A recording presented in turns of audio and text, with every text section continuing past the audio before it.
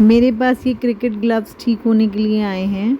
मेरे पास चैलेंज ये है कि इनकी मज़बूती भी बढ़ानी है और फ्लेक्सिबिलिटी भी, जिसके लिए मैं इलास्टिक का यूज़ कर रही हूँ।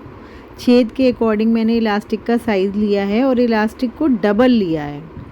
जो कॉर्नर्स होते हैं जहाँ से धागा निकल सकता है उसको लॉक ज़रूर करें।